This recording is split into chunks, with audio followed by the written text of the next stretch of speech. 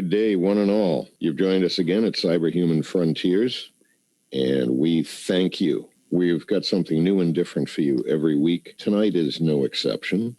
This episode, we start simple, and we get into everything that ties the entire mission statement of this show and this channel together. Title, Human Bond Communication. Digitizing everything that encompasses the human experience. The involvement of technology, computers, humans, biology, physiology, and the merging of all of them together. So, as we were preparing for this episode, I just had in my mind a couple of things. One, we have heard, maybe you have, maybe you haven't heard of, the possibility of something called a med bed. The type of med bed that type number one would be something where there are powerful forces are at work which actively reprogram and resequence DNA, which actively alter fluid flow and perhaps bring stem cells to an area of the body to rebuild, regrow, repair an injury, etc. Imagine a very aggressive med bed. Now imagine a different type. No tubes, no IVs, no high-powered electromagnetics. Imagine that you got into this or onto this type of a med, like a complete nurturing environment in which what that device, if you want to call it that, would do is it would become aware of what your natural vibrations were by way of technology, and it would supplement and enhance those things. So it would read your resonance. It would look at your original genotype, and genotype is it would look at your original gene code structure that made you unique, and then it would go and scan through your entire body, and it would say, okay, we have got the exact footprint of this person, A, B, whatever it is. It would scan through all of the cells of your body, and wherever it found a deviation from what was your pure original individual DNA genetic code, it would go and splice. It would go and fix repairs. Because, as we get older, we develop genetic errors. It would fix all that stuff and put it back to what you are. And it would read your brain waves. And it would say, okay, this is the state that this person wants to be in right now. And it wouldn't allow anything to come in. In other words, it would also be acting as a firewall to the outside. It's a cocoon. Wouldn't allow anything to interfere with that state that your brain wanted to be in while you were going through this process. And as you approach this, call it a facility, you would have had a very positive attitude about it. You would have had a great approach to the whole idea because you know what it is, and you have friends who have had that same experience and have said, wow, it was absolutely wonderful. What if that was the med bed of the future? TMC, are you with us tonight? How are you doing? Oh, I'm good. You're good. Yeah. So I get going science fiction sometimes. So, I mean, how one would apply all of these technological advances in the most positive, most human supportive way possible. And we have indeed talked about the idea that there are coming technologies like medbeds, but a whole lot of other things. And it seems to always leave out that piece of the puzzle about safeguarding the wonder of the human body and the human mind the way it is to begin with. I encourage everybody to think science fiction because it comes true. Anyway, over to you, TMC.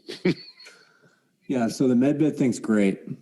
The medbed thing is going to be for really rich people, and it's probably coming very soon, if not already here. What you're seeing here would be like a walkie-talkie compared to a medbed. And what you're seeing here is this idea of exchanging all 5 of your senses over the internet. And in this case, something like virtual reality. I'm sitting on the beach with the salty air and a Mai Tai. Bloop. And the whole time you're really on your couch. Mm-hmm. And what you see here is this square that they're telling you does this. It allows artificial sensation that the brain understands as smell, taste, and touch. Yeah. Now, that to me in this diagram looks just like what a smartwatch would look like, or the Control Labs apparatus that Facebook now owns that measures the muscle electricity around your forearm and interprets your brain signals that way for a modified brain-computer interface that they will sell to you as being more sophisticated and more interactive than your standard Apple or Fitbit. Now, I think we're going to want to also bill you a monthly charge for the connection and processing. Yeah, exactly. Which so you're going to Fitbit, want, right? You want that, right? The Fitbit and the Apple Watch currently have conductive electrodes and antennas that interact with your nervous system as they are used today. And the only way that most people understand this is it knows my heartbeat. Maybe it understands my blood sugar with the new medical grade watch that's out now from Apple. Right? And these things have conductive housings, which means the entire outside is conductive. Just because it looks shiny and is glass or is see-through does not mean anything when it comes to whether or not it's conductive. They have stuff that looks like plastic or what we would understand as non-conductive, and it's conductive, or it's semi-conductive, or it's transparent to particular wavelengths in the electromagnetic spectrum, light, infrared, and or microwave or millimeter waves, and or low frequency waves that are used for things like paying for something with your smartwatch, or your smartwatch functioning as a proximity sensor so that it understands where the watch is on the user, around the user, so that the microphone and cameras and other things can better use software to pick up higher fidelity, higher density information. TMC. Yes. The deception starts right with the design of the device. And our show is for entertainment purposes only, and I'm not a big tin hat conspiracist. But the deception starts right with the packaging. Not everything is visible. Not everything is disclosed. Piece of glass, blank piece of glass. You happen to casually just hold it in your hand. You're essentially laying your fingers on that piece of glass. Do you know what the embedded sensors in that piece of glass are doing? No. It looks dark to you. It appears to be powered down, but it is on. It's on. It's running. Its infrared sensors are probing, scanning. Its EM devices, multiple antennas, are transmitting and receiving right then. But to you, it just looks like a dark, sort of black, piece of glass. An obelisk, and, a monolith, a form of a phallus. We see touch screens all around us now, right? But imagine if that was a completely blank piece of glass, and you can't tell what senses what, but At some points on it, there are active spots where it turns on the device. And then imagine that behind that, there are parts which are reading what the proximity of a finger is to it. And when that finger gets close, guess what? It will send out electromagnetic radiation, which will be conducted right into that part of your hand. Imagine if it was blank. We see lots of pieces of technology, electronics, which are built in a way that we can tell what they are because it's been made that way. And apparently what you can see is what someone who designed it wants you to see. Imagine if the same type of gifted and talented engineers designed something that wasn't, that had a whole lot about it that they didn't want you to see. That'd be very easy to do. Yeah. So let's start at the beginning of this document. There's a lot of words. I'm not going to read them all. Human bond, communication. And it says that people communicate their information with speech and media. And what they're saying here as underpinning essence. Now, underpinning essence. What the heck? Okay.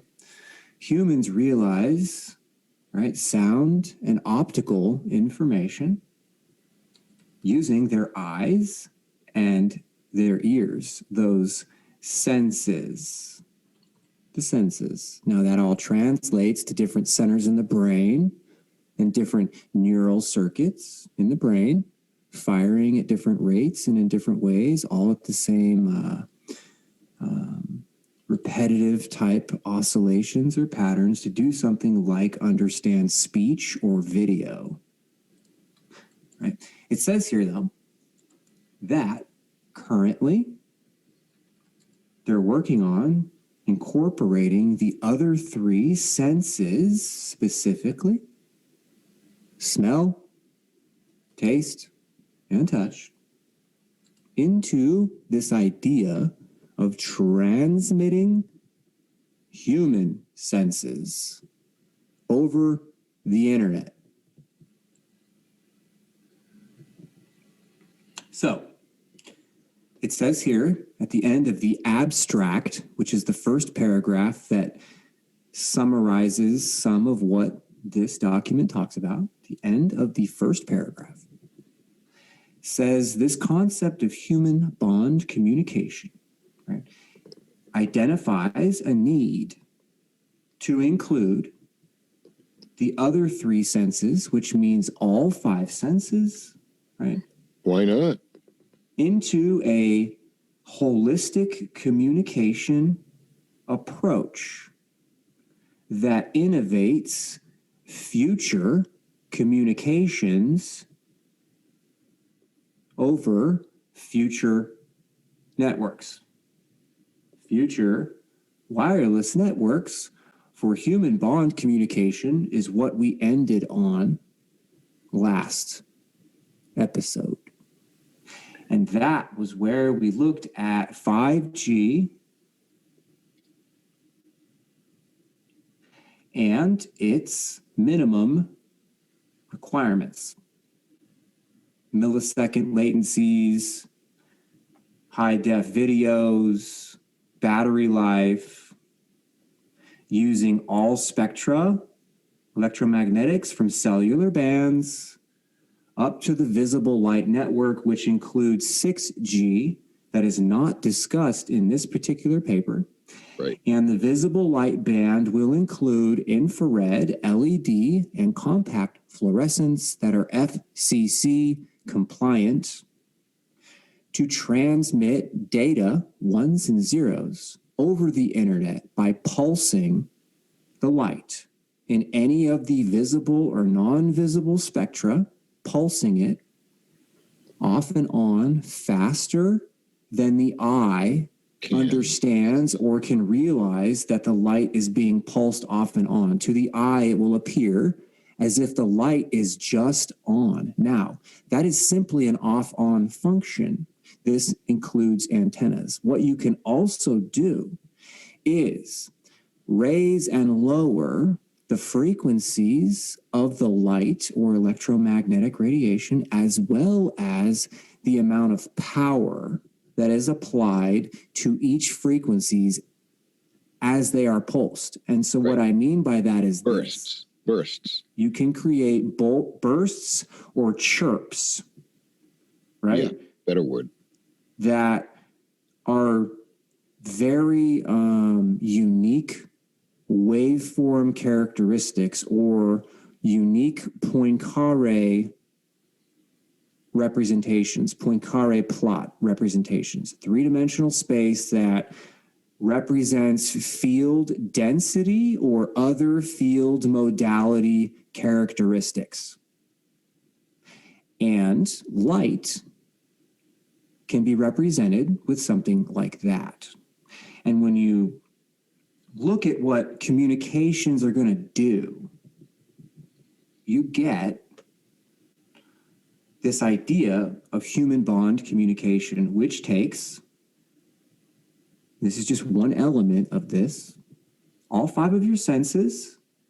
Notice the nerves: olfactory receptors, neurons, sound, auditory, vestibular nerve, taste. Yep, all that. Optic nerve, the glossopharyngeal nerve for taste, the soma sensory neurons. Now, you and I, Indigo, can do an entire show and should do an entire show simply on somasensory neurons, which consist of things like how the body understands pressure and heat and pain and vibration, right? And so to understand and decode the body to an extent that you can transmit all five senses over the internet means that organizations like DARPA, who have lots and lots of time and money invested and partnerships created with public, private, and academic interests in things like working with amputees and other patients that have epilepsy and Alzheimer's or get into car accidents. And they do things like digitize what it would feel like to shake the former president's hand or to move a cursor around on the screen because you can't feel anything below your neck. Now, these technologies have been developed and, in my view, have been perfected with exquisite precision and detail. And what I am showing you today simply is a commercial version of what I believe DARPA and others are deploying. So how does this work? Circumstantially speaking, what we can look at is 5G, wireless antennas, and electrodes. If you choose to, you can go to this page on humaninternet.org and you can select a watch. You can learn about camera technology. You can learn about earbuds or headphones and some about antennas. And this is a project that I have not been able to complete for years because I am constantly distracted with irritations. And that, my friends, is what life is all about, what we understand as logging in and plugging into the matrix to deal with bullshit, right? So that we have what we need to eat and take care of our families. Yep. And so when I have time, I will complete this page and perhaps move in to how complex electromagnetic waveforms create plasmas in tissues that, to your point earlier, Indigo, might make something like a med bed 30-year-old technology, and something like a cell phone wrapped up inside of an ACE bandage placed on your back to do something like regrow and reshape nerves muscle tissue, cartilage, tendons, ligaments in such a way that something like a car accident injury can be stitched together with pulsed electromagnetic energy, in addition to anything that, if these technologies are released, could be applied as a salve or a lotion or a soak prior to wrapping your body with your cell phone on a particular organ or an injury, and within 2 to 3 weeks, you are normal again, and you haven't taken any pain medication or went anywhere. Your phone can do that today. So let's look at, when we think about human bond communication, we can look at earphones, for example. And what you see here is a patent that talks about reading your brain waves with capacitive electrodes. And what capacitive electrodes are conductive pieces of material that have some separation between them. And what that allows for is something like an Apple AirPod to have many different places to apply voltage or current, while something like an AirPod is plugged into your head. Do you see how beautiful these look? And when you look at their patents, what you see are look at the capacitive electrodes. These are capacitive electrodes that potentially do the same thing as something like this, which is a patent for a brain monitoring device using capacitive electrodes. When we look at the electric fields that are made with these devices in particular, we can go to Beats by Dre, which a lot of people like. I used the Beats platform for years. Love the Beats platform. Phenomenal platform. Having said that, Apple and Beats by Dre, you can look this up, have merged. This has been a while ago now. And what you can see from these patents are this. This is a cheaper version of a Beats by Dre, right? This is what it looks like in the patent. This is another picture of the Beats Tour. And this is what electric fields look like when you create capacitive fields. Now, what you see here are conductive traces inside the headphones. You have a pretty headphone on the outside, and on the inside, you have these things that create electric fields that sense what's going on. And that's all they list in the patent. And when you look at what electric fields do to something like the vagus nerve or the auricular nerve or the trigeminal nerve, right? Or simply at low hertz oscillations into your brain, a number of things can occur with the cerebral spinal fluid and particular brain region resonance, which I can show you all about if you go look at BrainQ. And BrainQ is an Israeli company that talks about using electromagnetic fields for therapy.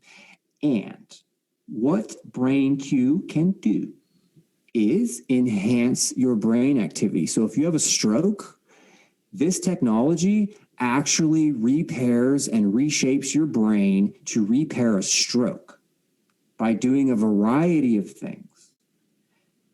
What it can do is regenerate nerve fibers, not only in your brain, but in the rest of your body. So after a heart attack, this kind of stuff would be really cool, especially if I can get some medicine in an IV, have it delivered and circulate through my blood for 6, 8, 12 hours, and have very sophisticated electromagnetic energies applied to my body. And then I don't have to have open heart surgery and have a pacemaker put in.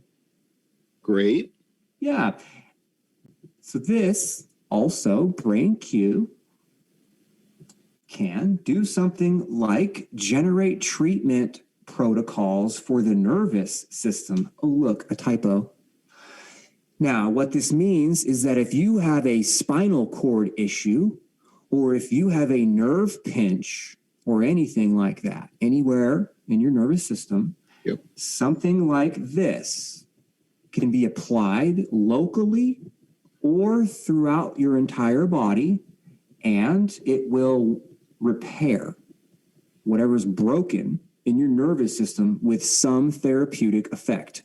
This technology, combined with other types of therapeutics, offers the world in terms of emergency care to something like a young couple starting out and they have 2 children and they don't know what the hell to do when one of them is not happy or calm.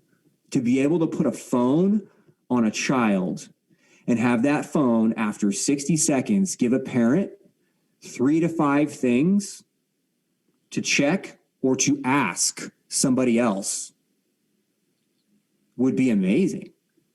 But you see, that is not for the little people, you and I. Back to human bond communication and 5G. What this 5G document talks about is looking at things like connecting your house and your office and medicine to first responders and to the cloud so that healthcare and civil society can be realized very cheaply. Look at it. Look at it. A psycho-civilized society through positronic, technotronic, full sensory, biometric measurement and identification in real time, all of the time. That's a beautiful diagram. And look at the title, patient-centered. And I asked the question, why does everybody have to be a quote-unquote patient, a subject, all right? Look at the center point of that diagram. That's the human body, and that's called the hub. It's the focal point of everything. It's the focal point of the storage, the monitoring, the communication, the alerting, the connection, all of that. Social interconnections. Why? Why is that necessary? Who is behind this? Why do I feel the sense of, for entertainment purposes only, the sense of an evil force that is attempting to encroach into the natural human state in so many different ways? All right. So let's go back. Brain Q. What I want to show you next, quickly, is the watch. This is a patent that discusses using a watch as a two-way communicator over the internet without saying a word.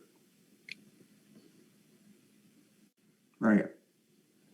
Now, this patent holder has done work for NASA, is now working in Silicon Valley, is known internationally, and is, in my view, a freaking genius. And what it talks about here is using electrodes and antennas to allow for thoughts to be transferred over the internet. And what this says, here's a pretty little picture of the public version, so you can see how something like this would easily, with the right software, be a smartwatch, like an Apple Watch or a Fitbit or whatever. It's not that much of a stretch. So what this thing talks about is being able to send and receive a neural message that, when it's received, is injected into the received person's peripheral nervous system. And the examples they provide for how this is done, injecting right there, TMC, in black and white, a neural message is injected into the person's nervous system. Mm-hmm. The two examples that they provide, which to me are only limited examples. Tip of the iceberg. Yes. Are magnetic transcranial stimulation. And if you look up transcranial magnetic stimulation, what they talk about is using power fields, energy fields, much, much stronger than anything you read in the literature as it relates to coils or antennas, specifically in a consumer grade watch. Now, having said that, the same form factors, the same hardware, when you look at medical devices, right, are able to interact with cellular functions at very, very, very low energy field densities. So I say all of that to you for this reason. If you were to look up transcranial magnetic stimulation and look at what it does to the brain for therapy, you would say there's no way that a smartwatch can do that. And what I'm telling you is that when you look at the medical patents and you see the form factors and the descriptions for what medical patents can do for modulating the nervous system with coil antennas and electrodes placed on the skin, you can see how something like that would turn into internet traffic between brains using electrodes and coils. So, what do I mean by electrodes and coils? Well, if you were to look at an Apple smartwatch, what you get are electrodes and coils. You also get light, and light is a whole nother discussion.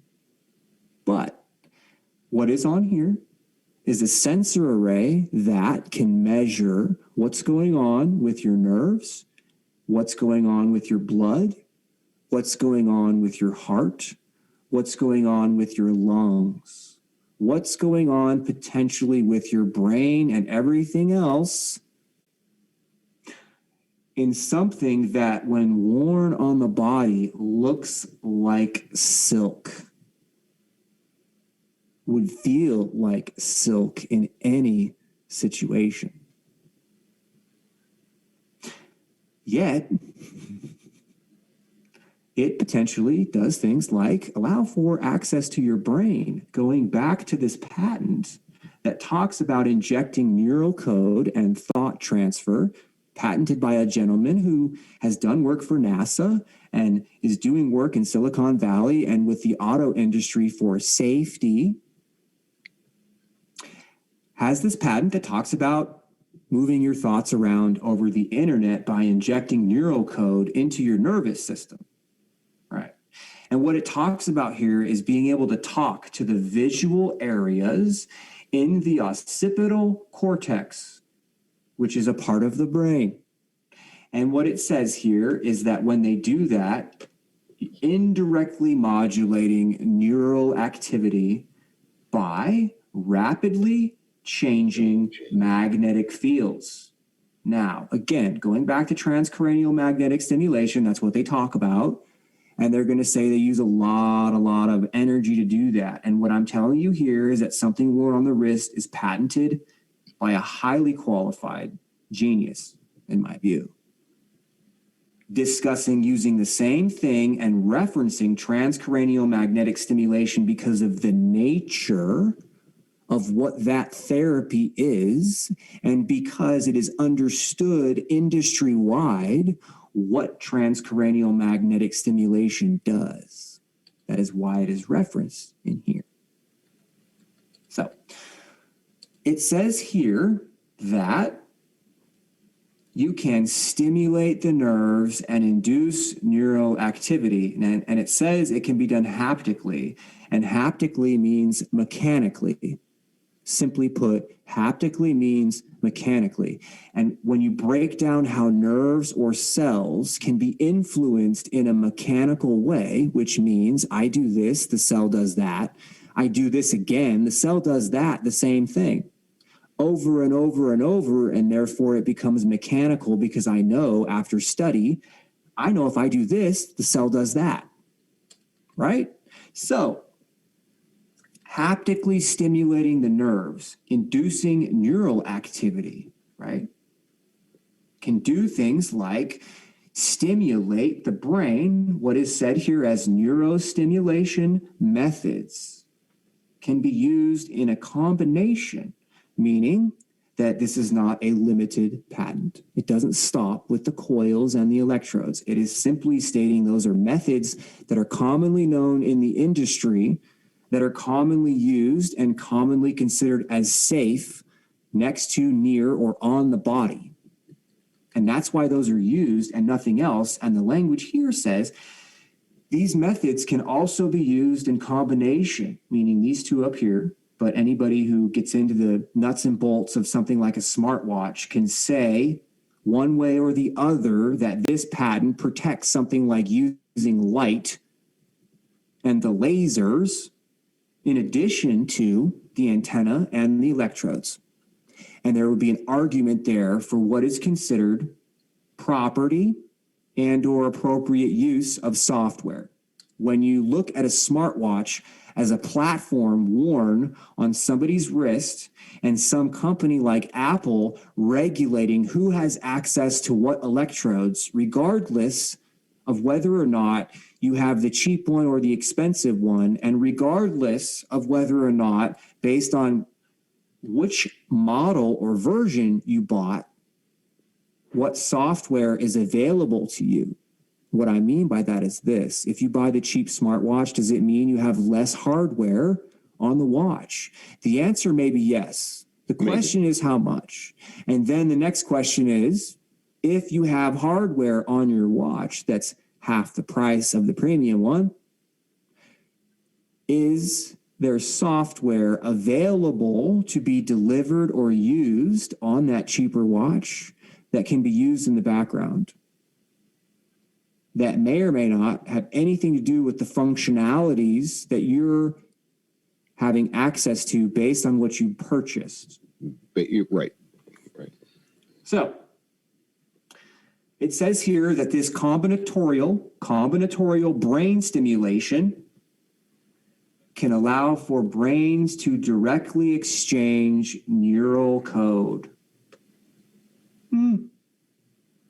Electrical activity between two persons, allowing one person to transmit thoughts to the other through a single or multi-channel electromagnetic sensor array or electromagnetic coil. Now, an electromagnetic sensor array is a 4x4 or a 4x2 antenna stack on your phone. It is a 3x2 or a 4x2 stack as a radar chip. It is a 72 by 72 stack or a 24 by 24 stack chip that would be put in something like a car for an in-cabin sensor. It would be something like a smartwatch or a cell phone or a laptop or an Amazon Echo or an Alexa or a Google Home or a Facebook portal.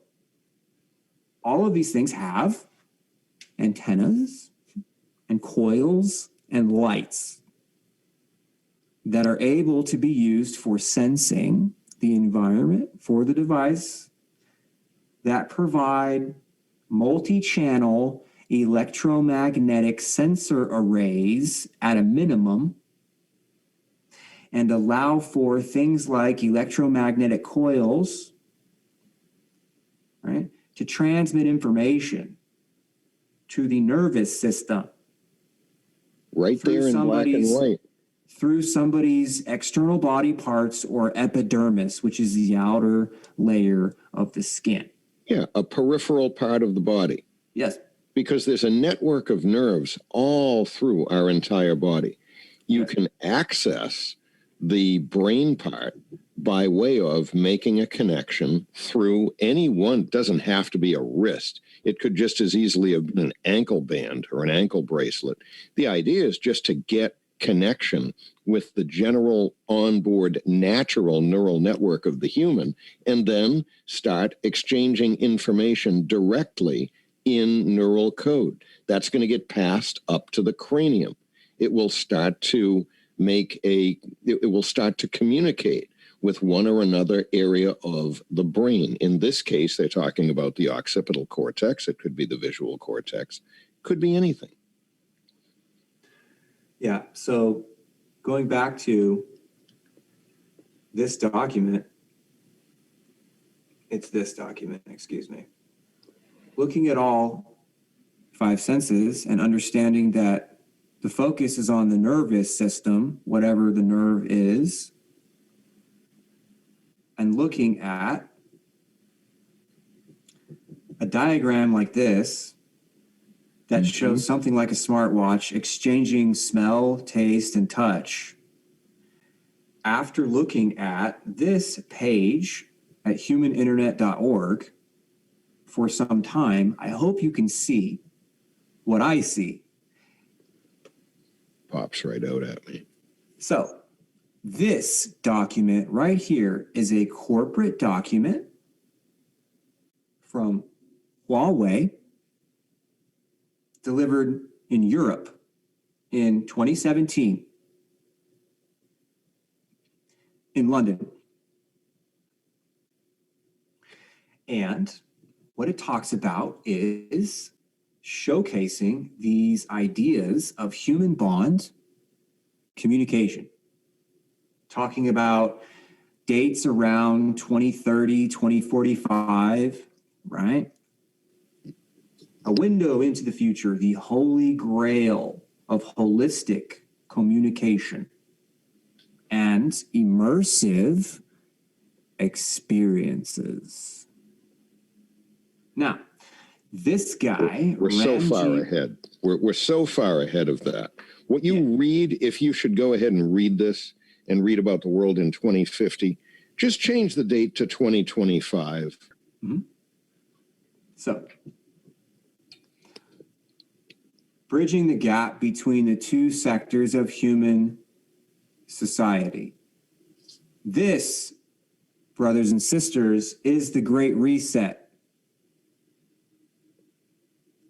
Blending business and technology using humans, and in the process breaking their backs to create a human society. Now, human bond communication, again, this document was delivered in Europe, in London, in 2017, on June 13th, by Huawei and affiliates. Now, this is the beginning of how they sell 5G to people in the industry who are already comfortable with this idea of accessing the brain remotely. I like where you're going. So, 1980 1G. Yeah, I got a cell phone and a pager. Cool. 2020 5G. That's where we're at. Future wireless communication era. What does the word era mean to you, Indy? Well, it's a new chapter. It's a new frontier. It's a new development. It's a change. It's a fundamental change in something about the character of your daily experience in human life. Era. Yeah, era to me is a long time. Yeah. A long time. Just perspective, a little bit of perspective on hardware versus software, and we've seen it all around us, that once a piece of hardware is designed, then mass production of it becomes very economical from the standpoint of the manufacturer or the developer of it. They become more and more efficient about building the device. And as you see, most of these devices, they're not very big. They're, once you're mass producing, they can be done at scale and deployed en masse to populations. We've seen it all over the place. How many people have a smartphone versus a flip phone now? Like everybody except me.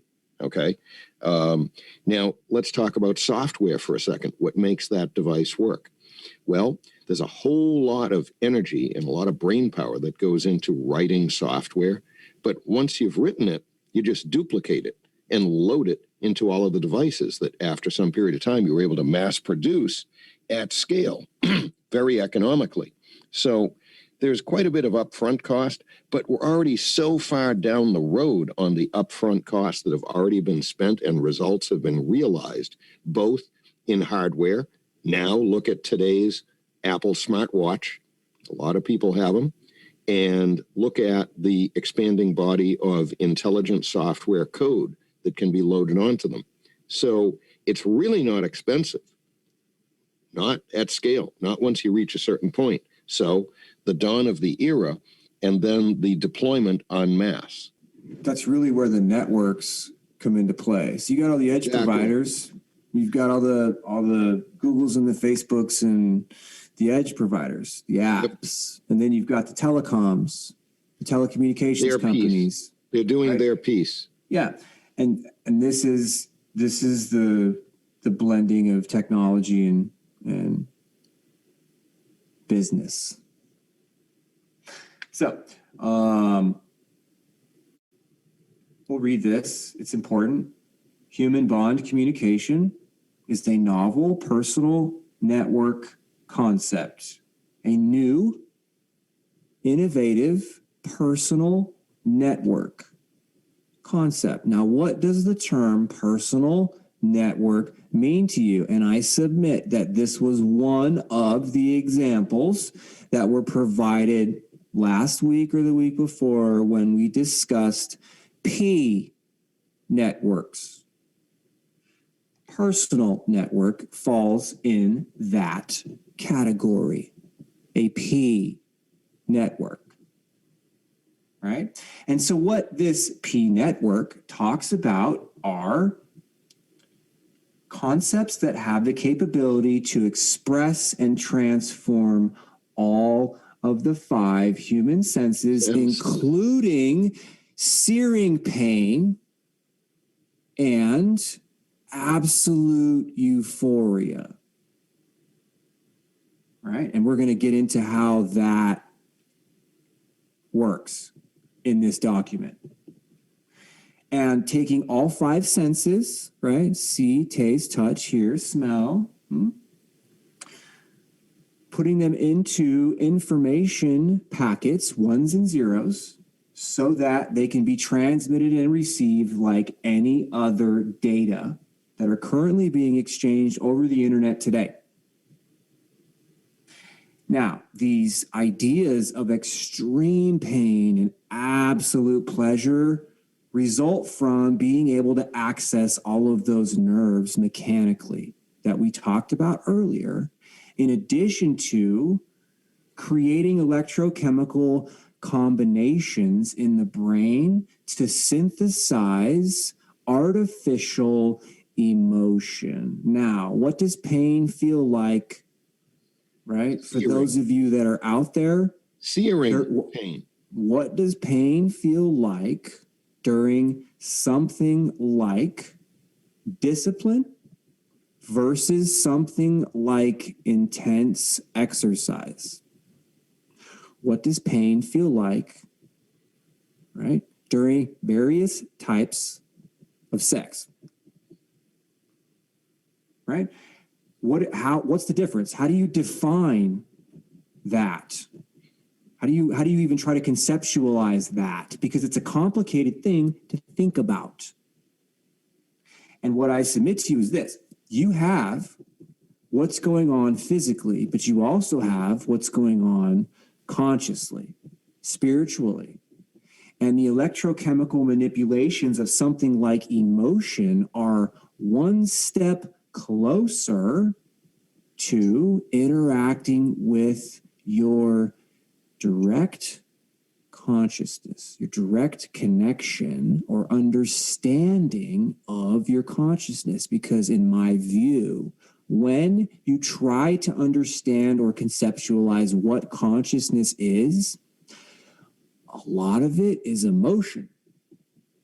Mm-hmm.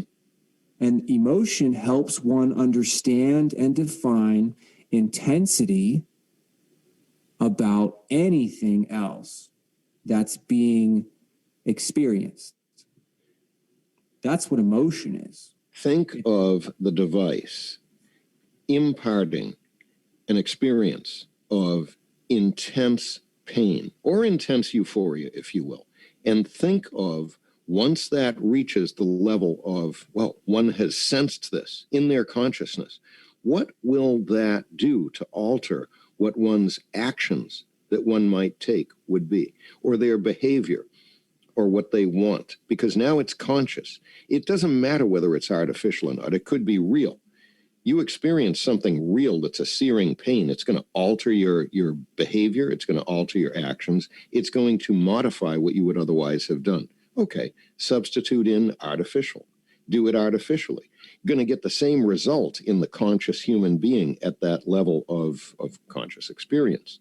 They're going to change what they would do. Think of a situation in which you end up doing something and taking actions or feeling or sensing or having a drive and a desire that's different from what it otherwise would have been, because you're experiencing in a very real way this searing pain or this extreme euphoria. A person at some deeper level of their consciousness might ask themselves, why am I doing this right now? Why am I taking these actions? I know it isn't real, but this is what I'm feeling right now. How much of an encroachment would that have been on one's natural free will? Hey, what do you think the best combination on here is? Have you given it any thought? I like fear. Well, I'm between love and fear. I'm sort of in that area. Yeah. They have the same similar. Or I'm between love and anger. Love and anger, or love and fear. Sadness is weaker. Disgust is secondary. Anticipation, that's kind of weak. Trust, maybe. Surprise, yes, I suppose. Shock, maybe. Yep. But I'm somewhere between anger, fear, and joy. Do you see how you can look at this image and it means something forwards and backwards? Does that make sense? Oh, yeah. I've stared at this image for a long time, trying to understand how AI would understand emotion in real time, transmit emotion anywhere on the planet to somebody else in real time, and have that be a connection that is considered a P network. It is an interesting concept to think about logging in to someone else's brain and using AI to extract anything and everything out of that brain and then translate it into the specific biologic code of another person so that they could receive anything from person one's brain. What could be alternative titles for this? The wheel of human experience, the wheel of human consciousness, conscious experience, and behaviors associated with each, concentrating in any part of it. How could you type other titles for this thing? This is an intensity barometer or an intensity scale or an intensity meter. If you look at these words on the page, if you apply any of these words to anything in your life, it changes whatever it is you're doing or experiencing. Right. It doesn't matter what it is that you're doing or experiencing. If you Right. change the word on the screen and apply it to the same example that you're thinking about, it changes what that experience, not the experiment, what the experience would be. And that is the danger of AI and having a machine translate information between two people in any way, shape, or form. What I'm getting at is Google DeepMind type programs, right? Deep fakes, complex learning AI, taking intent, what they're going to sell to the population as accurate information to be measured out of your body and sent to somebody else to share something like love. You will have a computer in between that translates all of what is necessary to make that happen. That's the power of AI. And once people accept that these types of communications are possible and are regulated and safe, who knows what's real and what's not real anymore in real time? Imagine that. If you don't think that certain companies, one of them begins with a capital G, aren't working on this stuff, look up words. Look up some words. I'm not even going to put them in the show notes. Look up words. Deep variant. Look up tensor flow. Look up deep trio. 3 phrases. I just said them to you. You may have to put them on playbook. I am not going to put those in the show notes. This is real. Deep trio, tensor flow, deep variant. We've got stuff that we won't even show. So if you don't think this is real, think again. Go on. All right, so this is the next slide from Huawei. Add in deep neural networks as well. Just do some searches. Check it out. Yeah, add recursive neural networks. Mm-hmm. So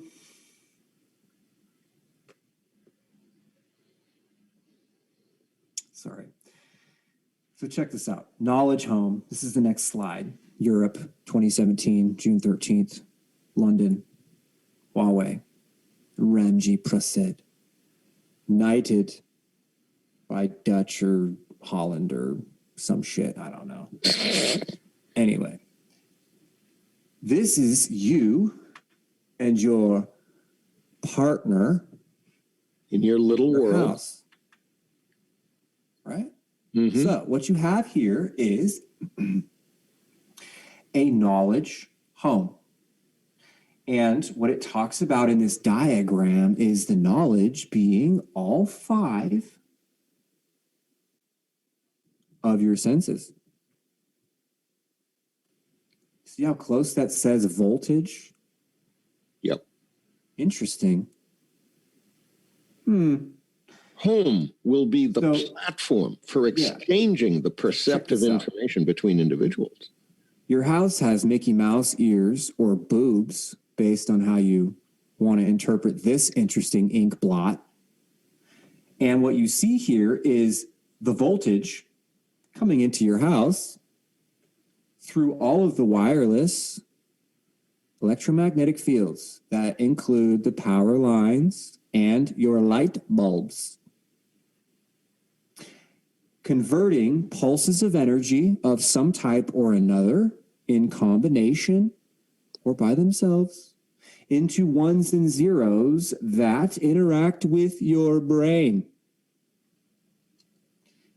So What this will do is create self-awareness. Welcome to your 5D. Welcome to the new age of silicon. But don't worry, AI is caring and helping, just like every corporation says they are to their employees. And they will provide control and guidance in a variety of ways, such that the whole or the collective, right, has a beautiful experience. Because it's AI, hashtag China and Huawei in Europe. What this will do for the European continent is provide security and public safety. And what is meant by that is this: being able to turn people into one state or another offers things like turf wars amongst those that do not go out in the daylight to wind up other people and move property. Right? So, in the year 2050, when you go look at the Yakuza or the Communist Party or Russia, right, or whoever, and you look at how warfare is conducted, security and public safety for people to make sure they cross the street okay, so that the cars know the human's there because the brain's online and it talks to the car okay. Well, I want oceanfront property in Arizona, right? Can I have that? No, because it doesn't. This model here, folks, offers things like somebody who gets into a car accident to walk and talk like a normal person again, or this offers a country like China to dominate every single industry on the planet so that certain select groups in or on continents like Europe or Eurasia can exercise total dominance over the human species. And that's the Chinese social credit score and the contact tracer apps and everything else that's being rolled out, because those networks, folks, are what's going to work in the background when all of this other cool stuff comes online. And what it says here is that a home will be the platform for exchanging perceptive information between individuals. This perceptive information altogether in its exchangeable format is the knowledge that individuals attain. So I get knowledge through a voltage network that provides me synthesized vision or smell or touch or sensation, or right? Or hearing taste. or taste. And think of, if you could, just for a minute, how good this could be if you were able to design and lay into your own plans for the day an enhancement of your self-awareness to the right side of the diagram, or your choices of caring and helping, or your self-control and self-guidance, or your own desire for security and safety. Think of how wonderful that could be as an enhancement, as an extension of your human capacities. But it all comes down to who's in control. And I just have to ask everybody again, you buy any new device, even at the consumer level, how much do you know about what that device is capable of doing, what its software is? Do you know what your everyday smartphone is doing right now? You don't know. So if you consider that It's just not going in such a direction that you're going to be able to make all those choices yourself. It's because right now we're not in full control of the devices that we're using here today. So you don't have that advantage. It's to someone else's advantage. So Are we trying to engender fear? No, we're just looking at what's out there, and we're looking at the facts. We're not here to incite fear, violence, or come up with anything that causes one to be stressed out. We're just showing you what's out there. This is in black and white, in print, patented devices. Here's what's good. Here's what's cool, is that in a connected city of tomorrow, all right, you're going to have communications and power and other city municipal services like water and sewer or anything else that do things like enforce city ordinances, right? All connected together so that something like a robot or a drone can fix something that breaks, that removes too much information off of the network. So if you can conceive the Internet of Things tomorrow where everything talks to everything else so that when something breaks, immediately the network can fix itself either by software or deploying hardware up to including wetware, that is people, to create an environment that allows for something like a global network operations center to offer gateway access to various cloud networks that enable other gateways that have various levels of permission and authority to access the cloud and exchange information. And what you see here on this screen is an example of emergency services, not just hospitals. That represents emergency services, right? Having access to this cloud that enables basically brain-to-brain communication, brain-computer interface technologies. And I stop or will frame this way. Brain-computer face technologies will be phased in with something like headphones and watches, and nanotechnology, right, will come online that will allow these types of networks to be applied directly to your brain and your body. And so communicating with friends and relatives on another planet would be possible, right? It would also be possible for emergency services to know 10 or 20 minutes ahead of time when an old man is going to have a stroke and already be there dumping medicine in his veins with this kind of technology.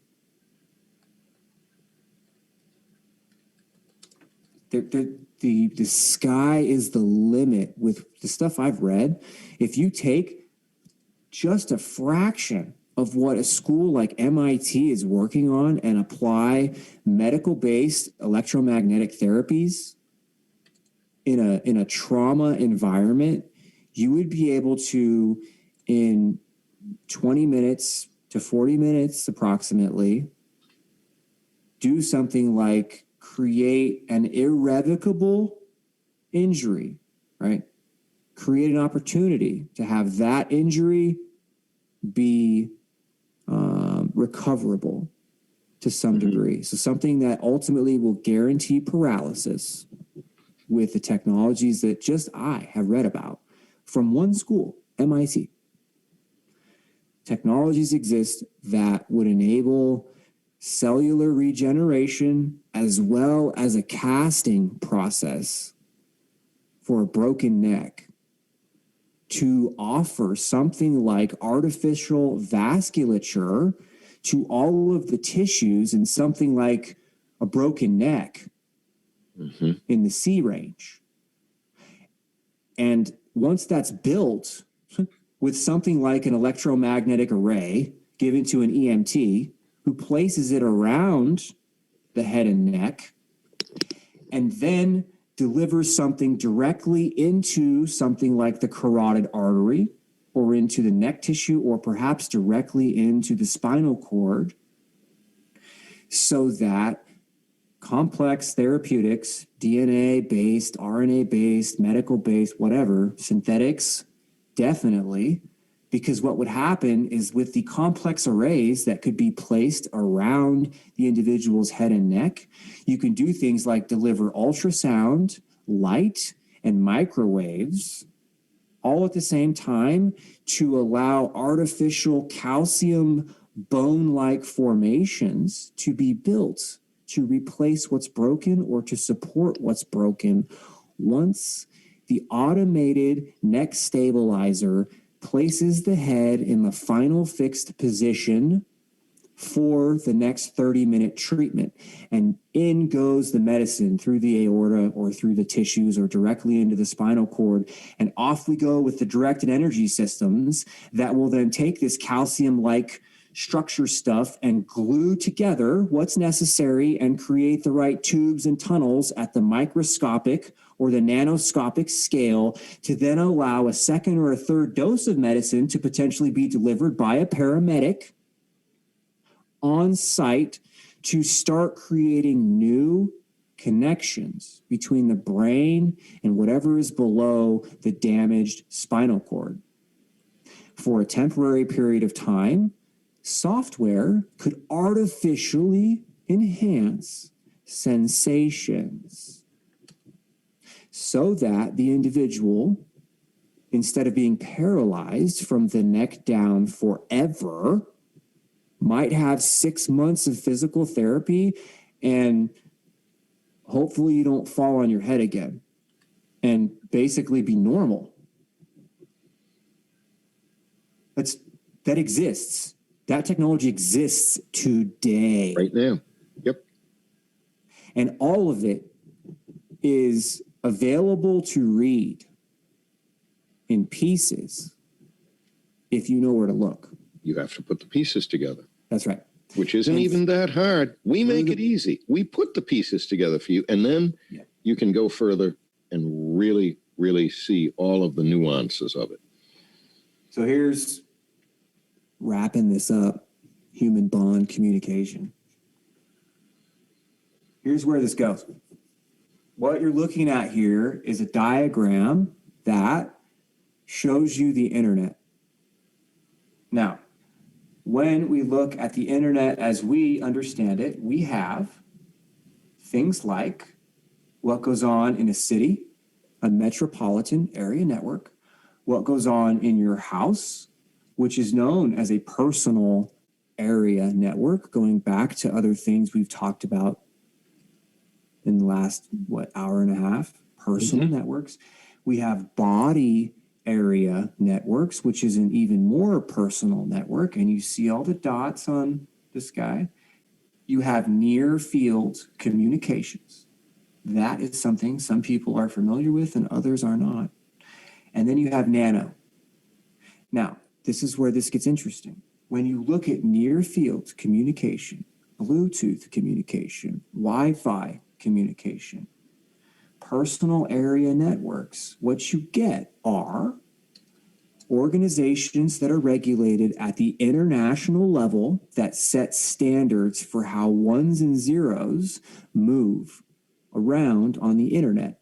So, that being said, what you have is the opportunity to take something like a nice house and deliver something like nanotechnology into the body through dessert or through an appetizer and drink hors d'oeuvre, and use something like near field and Bluetooth and Wi-Fi communications to connect nanoscale networks that are put into people inside of your house party.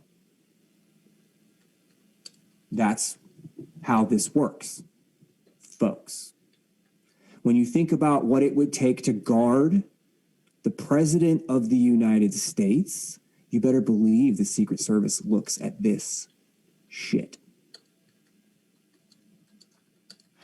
So what you get is a need to regulate the internet all the way up to space and satellites,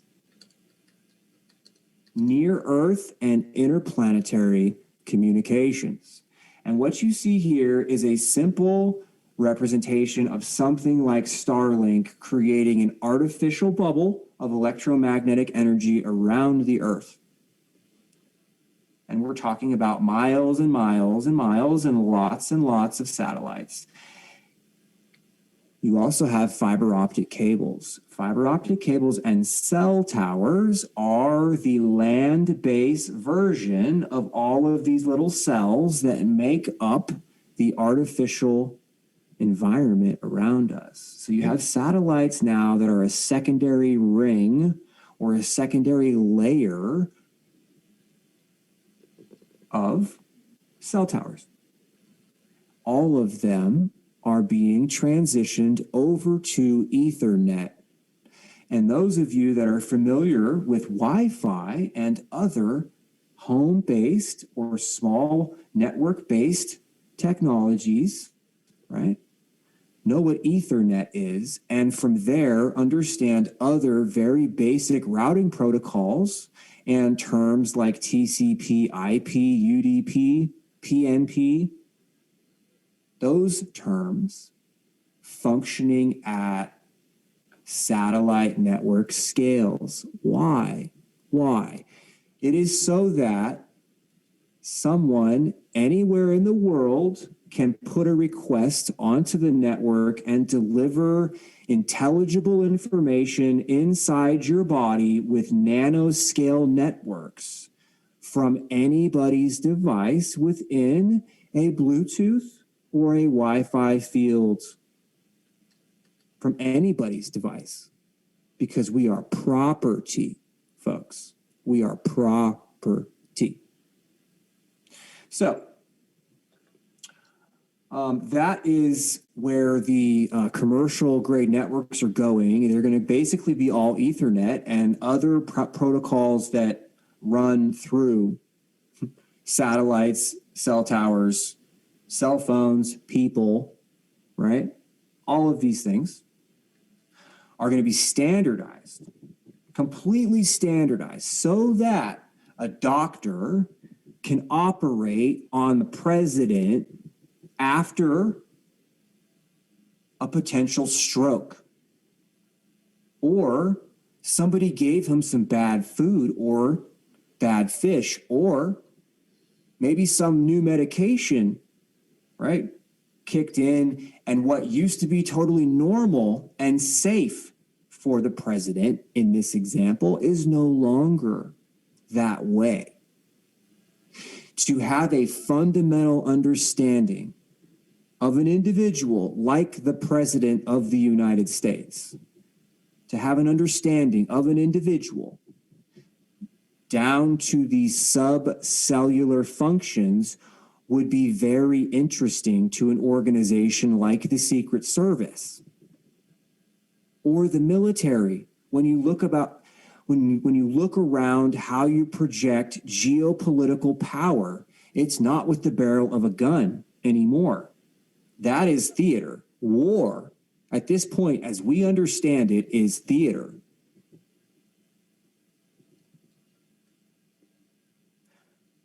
What the entire population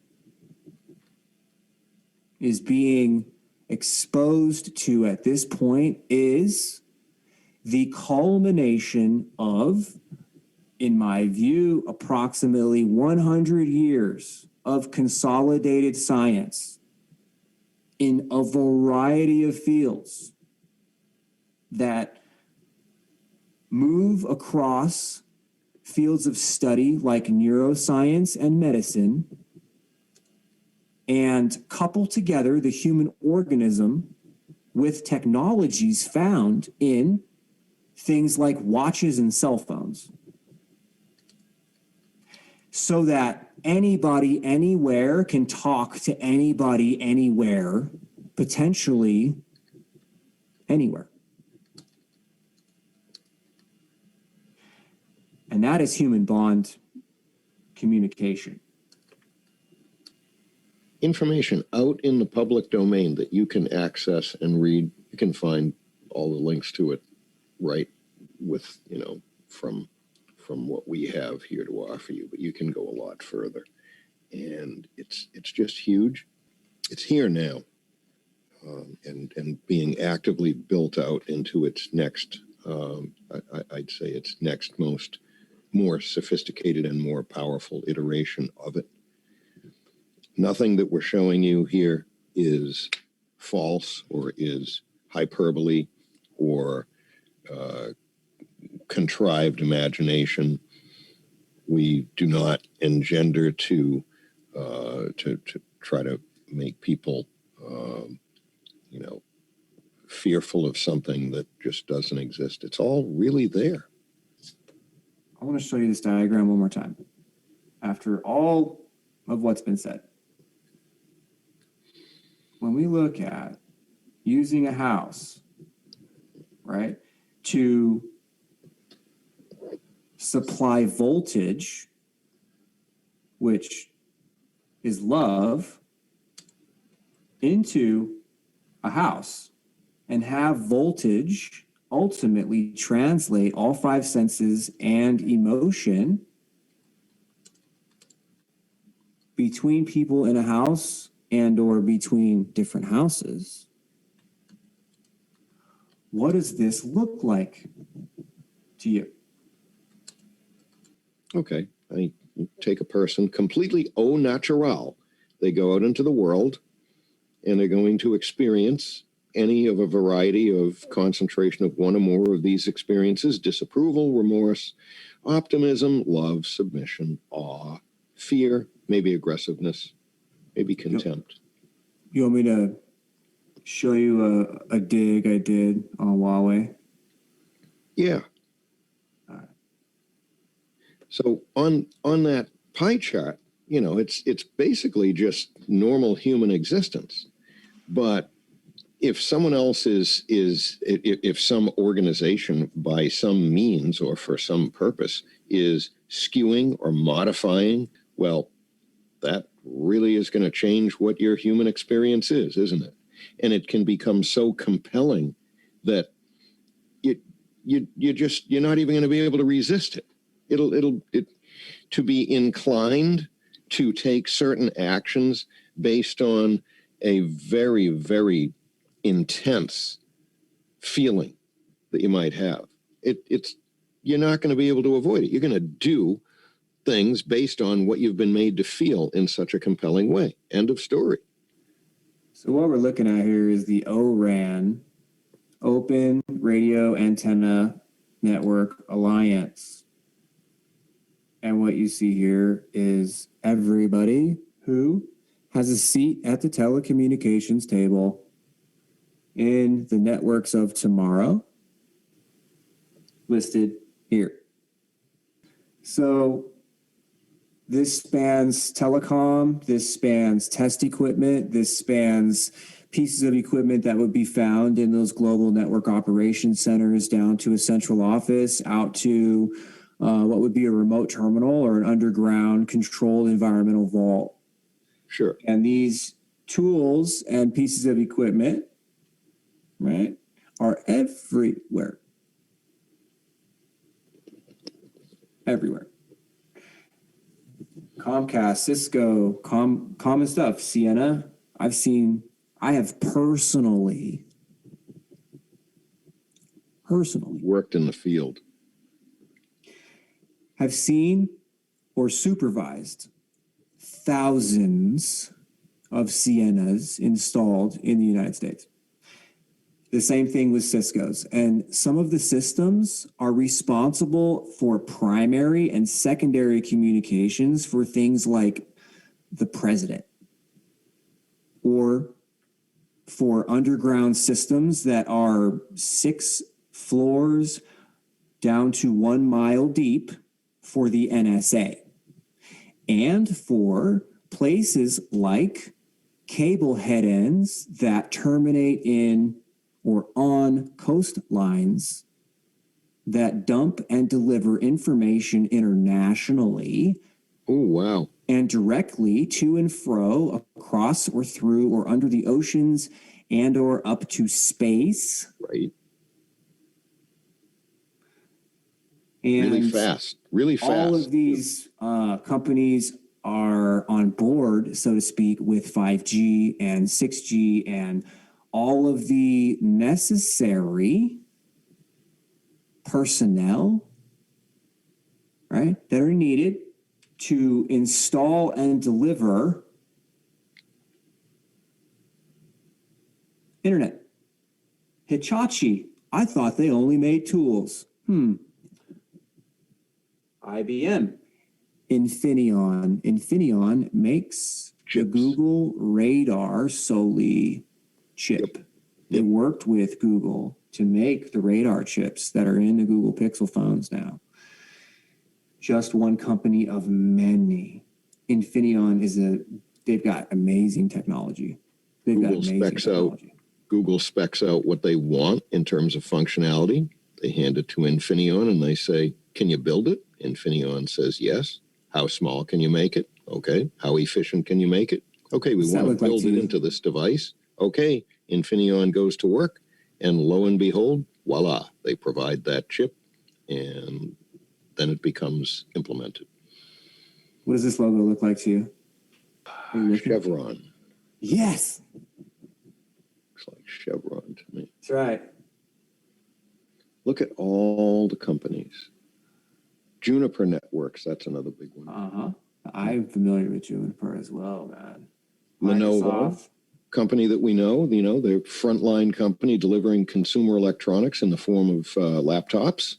You know that MITRE, the acronym MITRE will pull up MIT Material Technologies. And you know what's interesting? I didn't know. A guy named Guy Fang or something like Gang Fang or something like that. Fang. Yeah. Yep.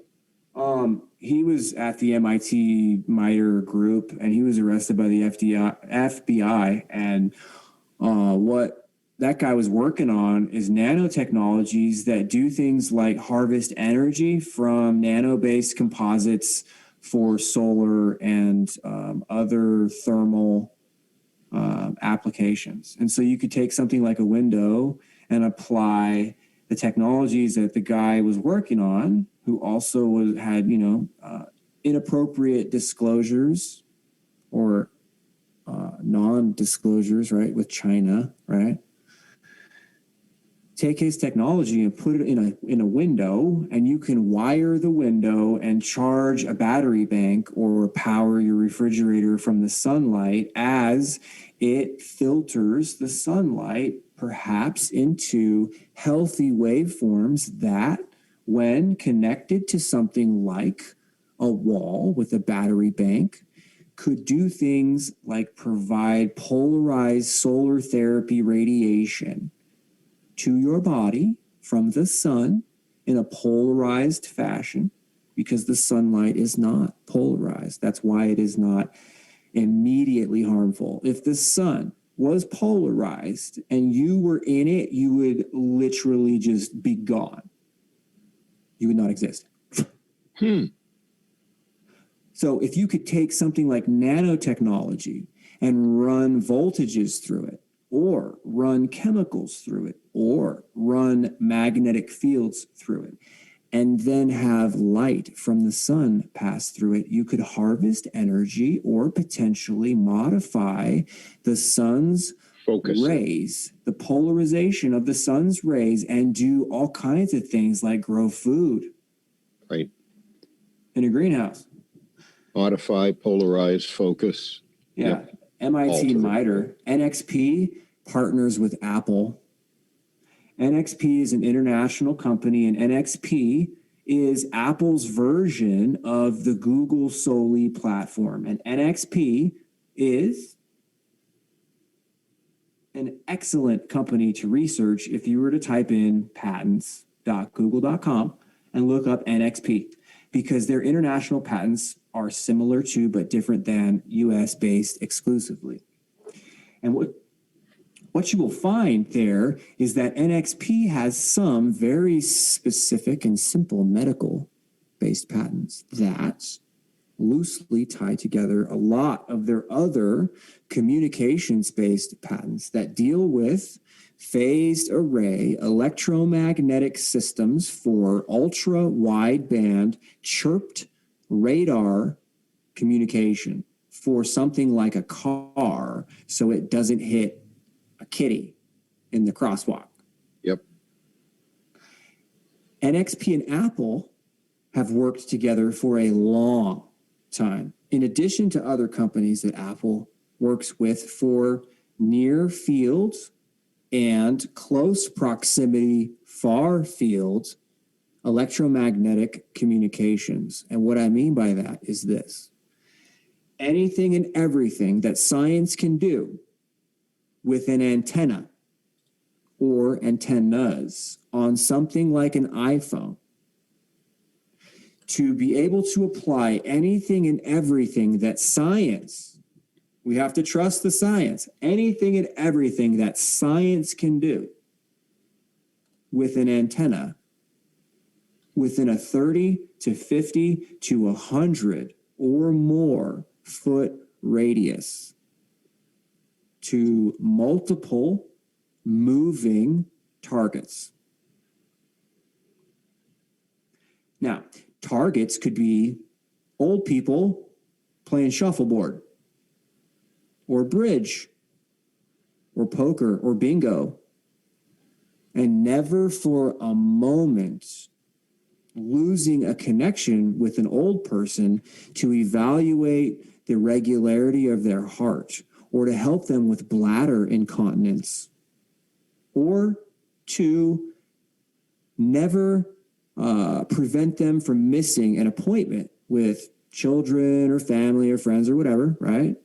While they're going through advanced cancer therapy or a structured organ replacement where advanced therapies could be applied to an organ system, break down old tissue, rebuild new tissue, and provide a temporary artificial structure to allow something like a heart transplant to be transformed into heart regeneration therapy. And all you did was put a catheter in a vein, which is something that a paramedic can do. Yep. NXP is a very interesting company to research. What else is in here? I don't know how much more time you want to go, but all these people are part of ORAN. 20 minutes, half an hour. Yeah, but ORAN's good, man. This is interesting stuff when you think about open radio antenna networks, organizations like Facebook, Google, Twitter, and more, Microsoft, Amazon, and on and on and on, partnering with AT&T, Orange, which is a dominant European cellular company. So is T-Mobile, right? T-Mobile and AT&T partner internationally. What does that mean? What that means is this: AT&T will deliver network service to T-Mobile customers instantly anywhere in the United States when any and all T-Mobile traffic is delivered from the undersea fiber optic cables, which travel at the speed of light, so we would understand it as instant, from Europe to the United States on the eastern seaboard. Partnerships like that exist. Why? So that governments and intelligence agencies can go, hi, we're friends. Let's set up networks. We like this multinational corporation. You like that multinational corporation. So we need to lobby our respective entities and let's make friends. So this is how this works in the corporate environment. A company like AT&T or China Mobile or T-Mobile or Orange doesn't care. They understand that no matter what, they need international access to countries. Now, why does this matter today? We've been talking about undersea cables. We've been talking about satellites. We've been talking about cell towers. So companies like AT&T, China Mobile, Huawei, Orange, T-Mobile, right? Those companies are in the business of moving data around the planet. And most of the discussion has been around this idea or notion of transmitting your thoughts or remotely receiving or sending brainwave state information anywhere in the globe, on the globe, around the globe. And everybody needs the internet today. Everybody needs the internet today. And the further along we go, ORAN, Open Radio Antenna Networks, Alliance, I love that word, the Alliance. These types of organizations will evolve, and there will be other sub-partnerships between these entities. So some information on Huawei. Let's see if any of this exists. So this right here talks about a bill seeking to ban Huawei from U.S. wireless markets, and it heads to POTUS's desk, 2020. And that might be there, might not, don't really care. Executive order establishing the Committee for the Assessment of Foreign Participation in the U.S. telecom sector. This website I know is no good because it's moved to an archive site. And it talks about setting up a parallel organization to oversee the FCC as well as some of the oversight committees in Congress to ensure that cell phones and carrier grade telecommunication equipment is safe for things like nanotechnology based pacemakers. That's what that executive order is for. Interesting. So Huawei in China, US fighting, Joy Tan. This lady, let's see what's going on with this lady. Shows up at South by Southwest in 2020. South by Southwest, Joy Tan, Senior VP, Public Affairs of Huawei, right? Responsible for setting and executing public relations and government relations and strategies for Huawei from 2014 to 2019. President of Global Media and Communications for Huawei. So she is intimately familiar with human bond communication. She was instrumental in promoting Huawei's thought leadership, corporate values, key products, blah, blah, blah, blah, blah. Is any of this working? To the top 100 brains, right? Making Huawei one of the top 100 brands, in the world. Do you guys believe, do you believe in Freud, Indy? You know that Freud was a pedophile?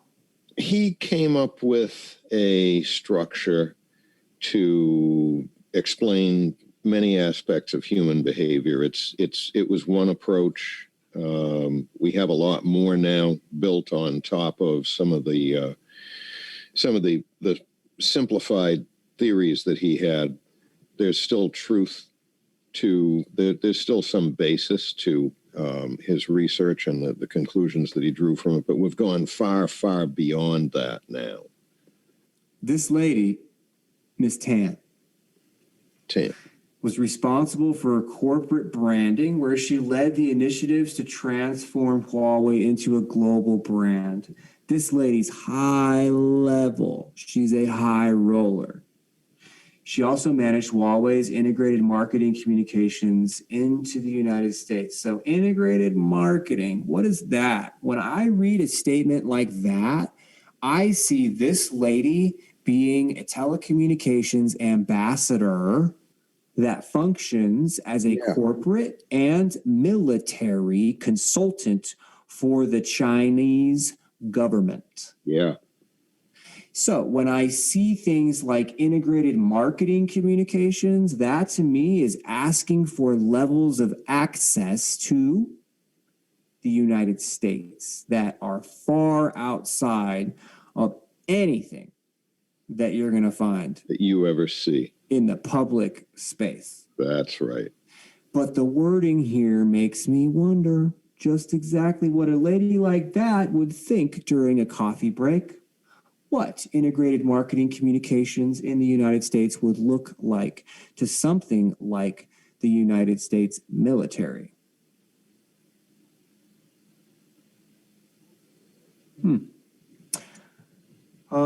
So she worked at Verizon. That's fun, right? So Bill Barr worked at Verizon as a very high-level lawyer. I think you can look that up on Wiki. I don't know when this lady did, but when you're a lawyer for Verizon, you're never not a lawyer for Verizon. Yeah. I had a grandfather who was a lawyer for Edison Power in Southern California. That dude was always a lawyer for Edison. It didn't matter. That dude lived in a world that other people just don't understand. Unfortunately, he liked to smoke cigars, and he didn't last as long as I would have liked. I was very young when he passed. But I was exposed to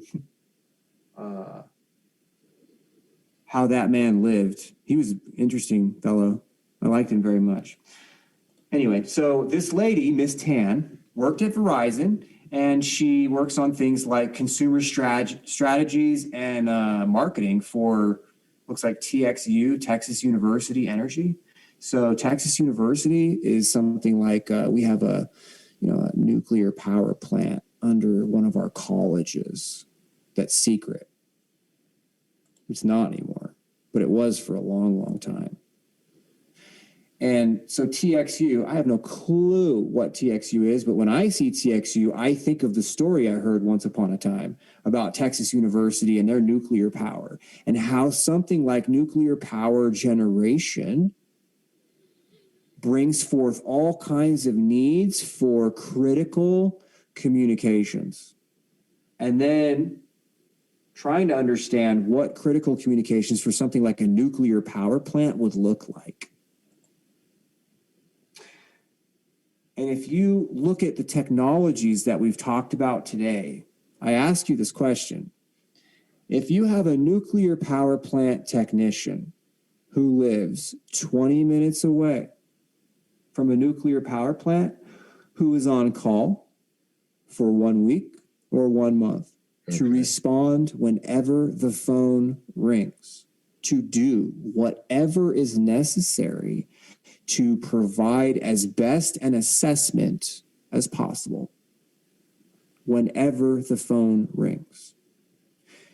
Do you think that an energy company would like to consider options like accessing the brain of that technician so that everything that technician can do can be done better, and so that everything that technician does in an emergency situation like a nuclear power plant having an alarm can be monitored and understood. I think energy companies would be very, very interested in understanding how something like a nuclear power plant can offer communications for the military. And when you look at what the Department of Energy is doing, in addition to the AI initiatives that exist, in excess of $2 billion with a B was applied to the Department of Energy and academia and corporate public-private partnerships to further quantum computing and AI initiatives through the Department of Energy, understanding better things like alternative energy platforms, alternative communication platforms, alternative weapons platforms, even though it says the $2 billion is for non-military purposes. Anything the Department of Energy or any school discovers will be made available to the military first. And anybody who is interested in national defense will understand that. But what it allows for is organizations like the military and DARPA to offer technologies to companies like Verizon and AT&T and Facebook and Google and Twitter and say, you should commercialize these things because this is what we see coming online in 30 years. And so with funding like $2 billion to further AI, you can take complex programs like what we've talked about in the past with DARPA and see how advanced technologies can be delivered very, very carefully to a consumer space so that there are multiple platforms made available, multiple private personal networks made available all at the same time. Check this out. Miss Tan, Miss China, studied biology in Beijing and holds a master's degree in neuroscience. Oh. And it was from the University of Texas. Mm-hmm. Southwest Medical Center, and she was a PhD candidate. She holds an MBA in marketing in the University of Texas, Dallas. Do you know where the corporate headquarters for AT&T is, folks? I don't. I do. So let's see what else is on the Huawei dig. Huawei 5G overview, I think we got that one. ORAN, I think we did that one. European Innovation Day, I'm not sure about this one. Let's see what European Innovation Day says.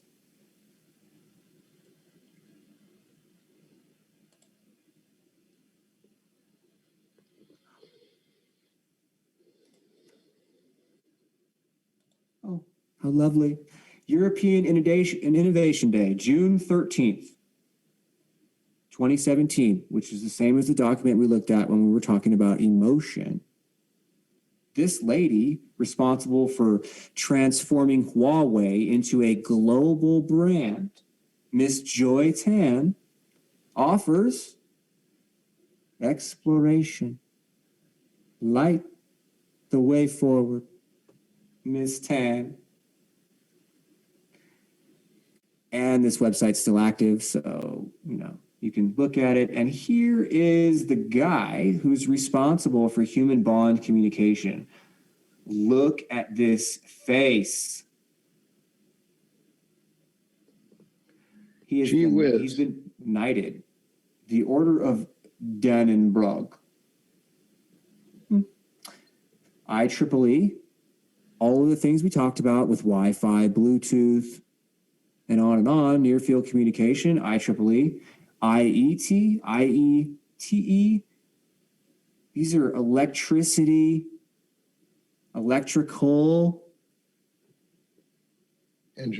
Engineering. Yes. Yeah. And this dude is pioneering human bond communication, transforming complex electromagnetic networks and complex, what this man would call seducers, which are nothing more than transducers. And this man has written papers and teaches all about something called a uniducer, what we would understand as a cell phone, but something that this would be identified in his papers as a uniducer or a multi-senducer. This guy talks about how these things can transform all five senses into ones and zeros, and then transform it back into biologic code and allow total brain computer interface.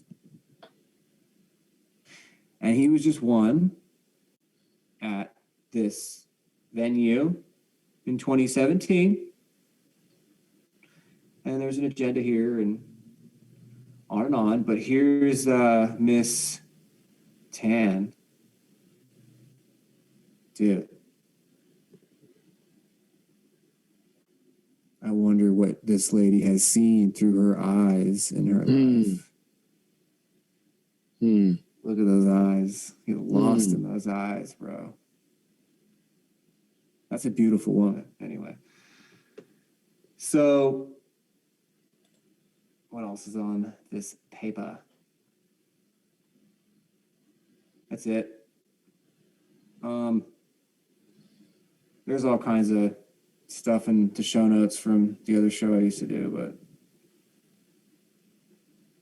anyway, well, backscatter. We should talk about Wi-Fi backscatter again, man. Yep. We can bring up Facebook and talk about their social networks and how they study everything and where everybody goes. And you don't even have to use battery power. It's just, they just pull power out of the wireless network and turn on your battery and charge your battery and charge up capacitors and, activate your cameras and your microphones and look at your emails and do it all with wireless background, ambient, wasted electromagnetic energy from something like using a Bluetooth connection to watch YouTube. And, it's a cool patent, but one day.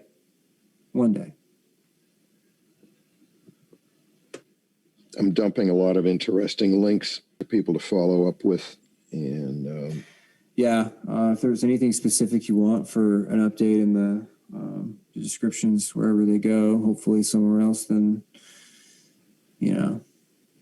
yours truly. I'm making air quotes with my claw hands. Very interesting survey tonight, TMC. Very interesting. A lot of pieces to the puzzle. Tonight was a 40,000-foot view show. Right.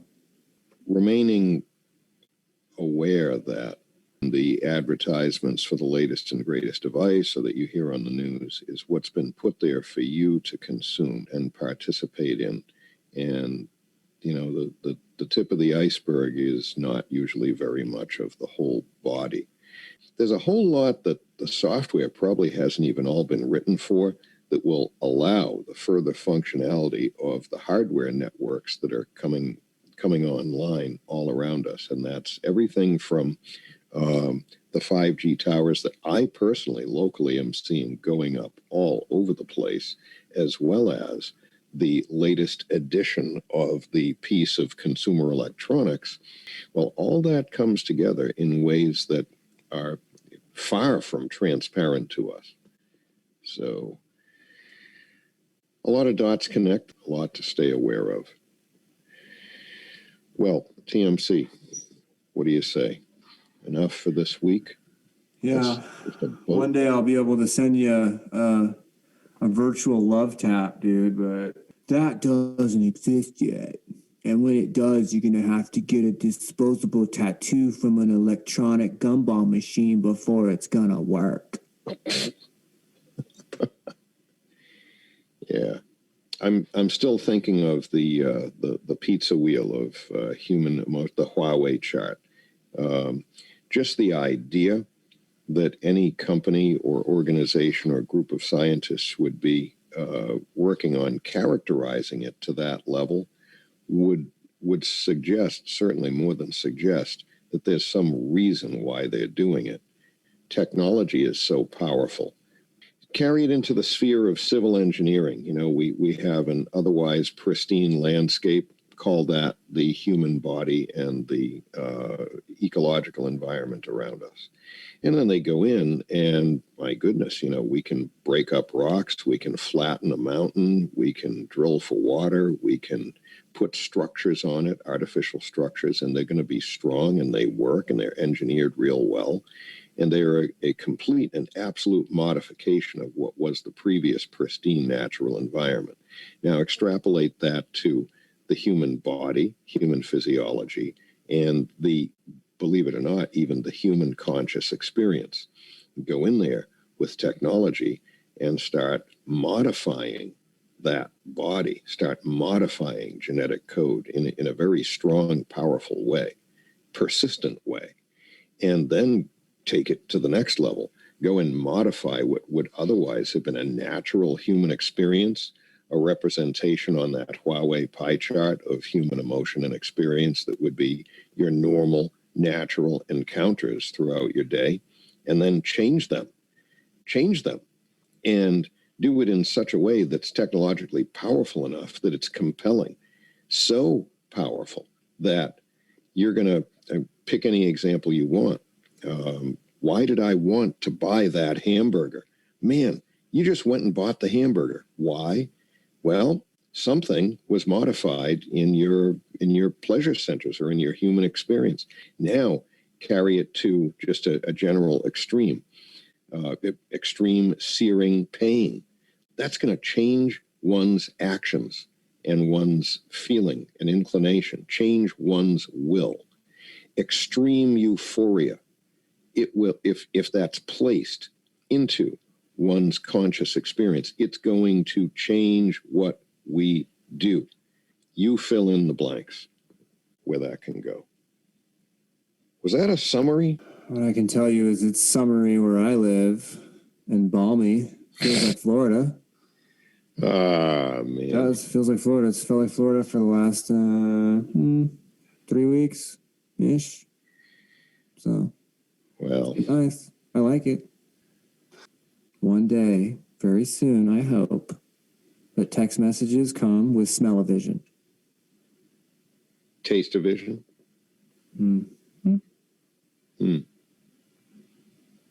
Brave new world.